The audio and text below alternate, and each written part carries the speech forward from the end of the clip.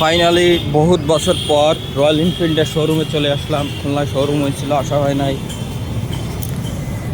একটা কিন্তু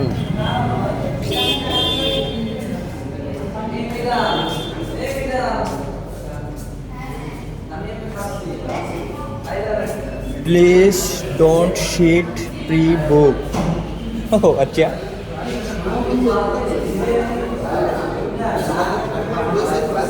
এটা কি? এটা মনে হয় সেই যে 4,50,000 না 55,000 টাকা দাম, সেইটা রয়্যাল এনফিল্ডের। না না, এই তো বুলেট 350 এটা। আর এটা হচ্ছে সেই 3,40,000 টাকার যেটা, সেটাই। আর মোস্ট মোস্ট বিউটিফুল যেটা, সেটা হচ্ছে এই এই ক্লাসিকটাই জোস লাগে।